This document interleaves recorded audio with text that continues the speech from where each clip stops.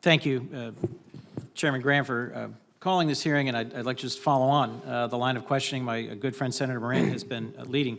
I had the opportunity to visit Liberia for the third time in December, and to visit with our troops and missionaries, nurses, doctors, folks from the Uniformed Public Health Service, many of the troops from the 101st, and to see the work they were doing on the ground and to see the impressive impact of the collaboration between significant private sector donors, between continent-wide organizations, and between grassroots community groups.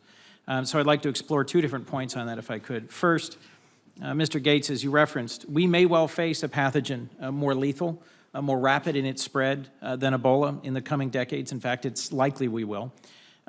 We've made some significant progress in vaccines as well, developing both a field test for Ebola and making progress in vaccines for Ebola brings some real hope about this particular episode, hopefully coming to an end within the next few months.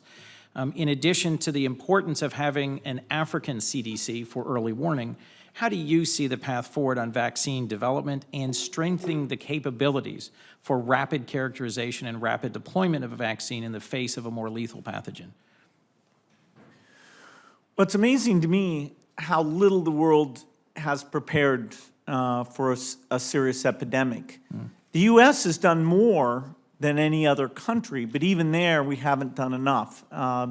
The Ebola vaccine, and there was actually an Ebola treatment called ZMapp, was partially ready, but the time it took, even using very unusual regulatory approval and trial processes, the time was too long for it likely to have any impact on this particular epidemic. And so our state of readiness wasn't as strong as it needs to be. We do need to draw in other countries to also contribute to these efforts. We do need to take the various agencies of the U.S. government who work on this and make sure that we have an overall strategy. One thing that I've called for is that we ought to do, in the same way we do war games, to simulate challenges coming at us on the military front, that we ought to do germ games where we look and see how we would respond. The last time that was done in the United States, 2001, Dark Winter looked at a smallpox epidemic, and the resources proved inadequate in that case. So there's a good foundation, there's a lot of good science. NIH is the leader in many of these things. And so the idea that tools could be created quickly, that is a possibility, but we're not there yet to say that we are prepared.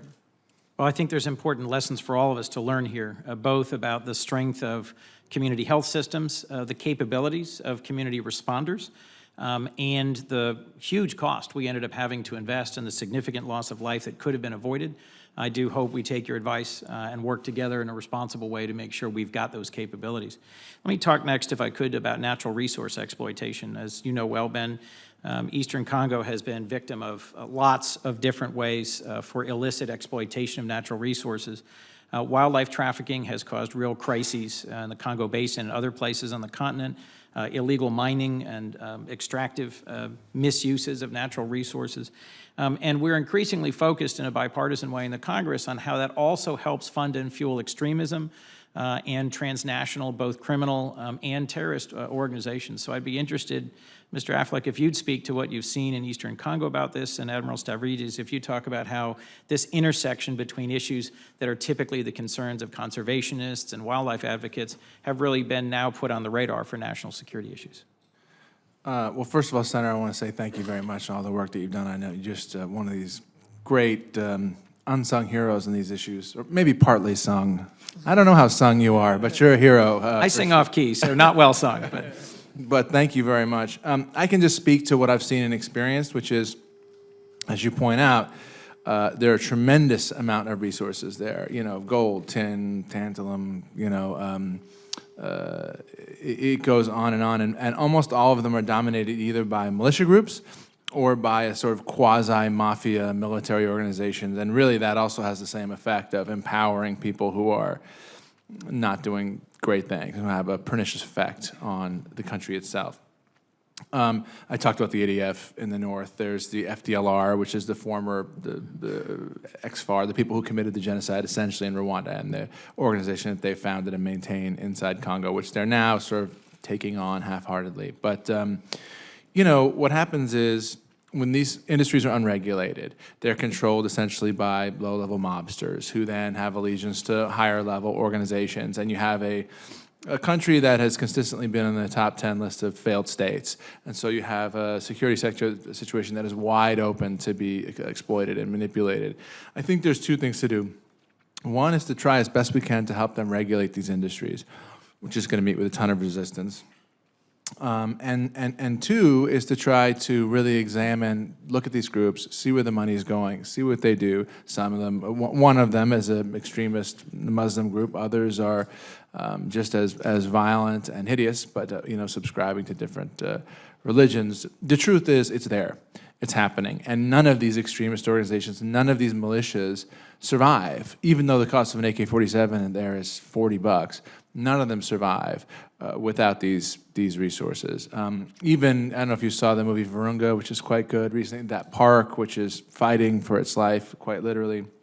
One of the things that's undermining them is there's a huge charcoal trade, you know, which is illicit and makes a lot of money. Things like timber, I mean, that you wouldn't expect, but all the resources that are there are being swallowed up by these illegal organizations who pay tariffs to the various powers that be, and it's one of the things bedeviling this country and preventing it from achieving real progress. Absolutely. Thank you for your leadership on combating this and making it better known. Admiral Stavridis, how are we doing at bringing together our military expertise and resources and the fight against illicit wildlife trafficking, illegal mining, and how that destabilizes vital allies in the region? We focus insufficiently on this as a security problem. As Mr. Affleck correctly points out, it's the corruption and the financing that comes out of it that then undermines these fragile democracies, creates ungoverned space, and leads directly to security challenges which are global. And of course, it's not just in the Congo, it's in Latin America and the Caribbean, it's in Afghanistan, it's in the Caucasus. It is very concerning, and we tend, as always, to look first to the hard power solution, but this is a case where many of the soft power things we're talking about, creating jobs, education, opportunity, you play the long game, and you have a better chance of creating security.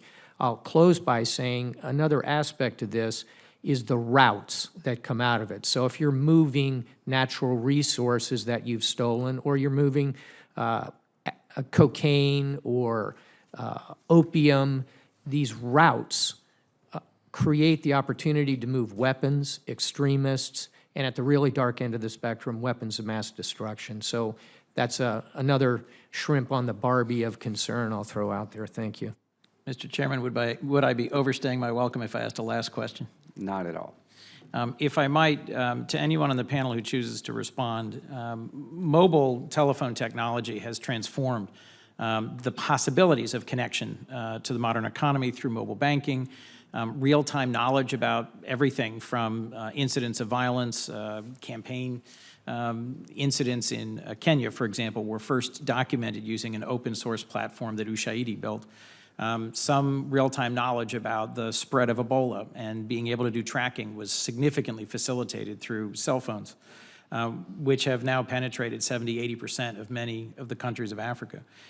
How do you think we might partner with African nations to both unlock the potential of access to resources and empowerment of smallholder farmers, of women's cooperatives through mobile banking, and how might we strengthen the ability of citizens to engage in the fight against corruption, against wildlife trafficking, against extremism through the platform of mobile communications? Any member of the panel who chooses to answer. Yes, sir. That does suggest a first answer. Yeah, it's very exciting what we're going to be able to do over the next decade. I'd say we're just at the very start of that. In the case of Ebola, we weren't able to track movements as well as we would have liked to. Having in place the ability to look at the data and make sure that we weren't violating people's privacy, that wasn't set up. I think now that we, in a delayed way, looked at that data, what we would have known better, that's a great impetus to move forward.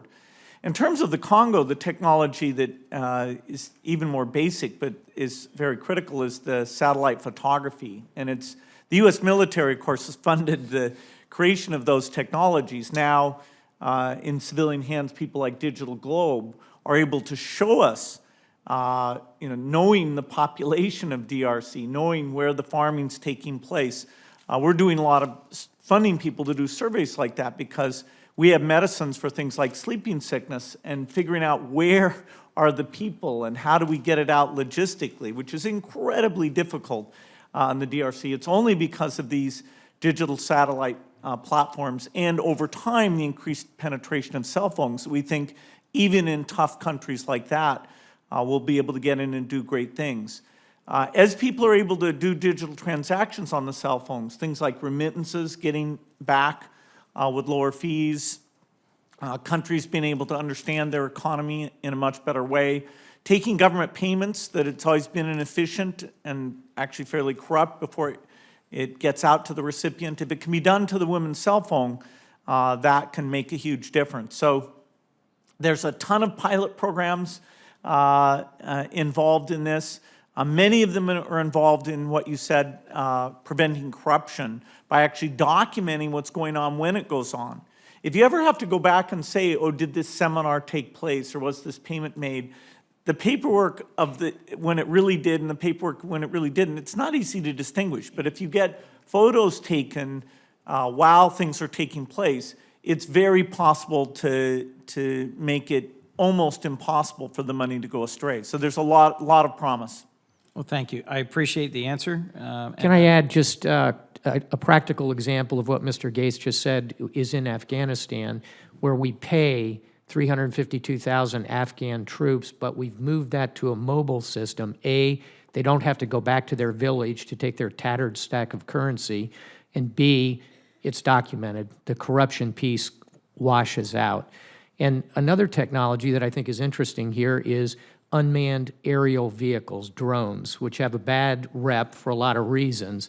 But here's a place where they can be used very effectively to do the kinds of surveillance that Mr. Gates is talking about in Africa and in other areas, to look at crops, to look at tracking, to look at who's trying to go after the black rhino, et cetera. Thanks. I think there's huge potential here for us to make a difference. If Yeah, the I think Chairman will allow Mr. Affleck to just briefly that, as Mr. Gates said earlier, existing cell phone technology is extremely potent from what I've seen. It's just a question of training and exploiting what's already there, and it makes a big difference. And one of the steps that we've seen in Congo that's been proposed and that I think would be incredibly helpful is to use a kind of cell phones for banking, ultimately, so that if you're a soldier, the money actually gets to you because it's transferred directly to you. The way it works now is you make literally no money. I mean, you should see the FARDC's barracks. They're like tent cities. This is your national army, you know what I mean? Guys stealing pots and pans, and that's why you have these rapes, and that's why you have this impunity. If these guys, and this is not evil people, they want to be soldiers, they're put in this position. But if the pay didn't have to go through 7 officers who all took their cut, and the guy before the soldiers who took the final cut, you would see revolutionize the way that the armed forces work there, and they would go from being a really protective force to one that is a pernicious force. And so that's just one that I know of, but I'm sure that Mr. Gates said there's many, many more. Well, thank you. I'd like to thank the whole panel for your contributions and for your testimony today. And Mr. Chairman, I want to specifically thank you for your real leadership over many years in making sure that our investments in foreign assistance contribute to our national security, and appreciate your calling this hearing today.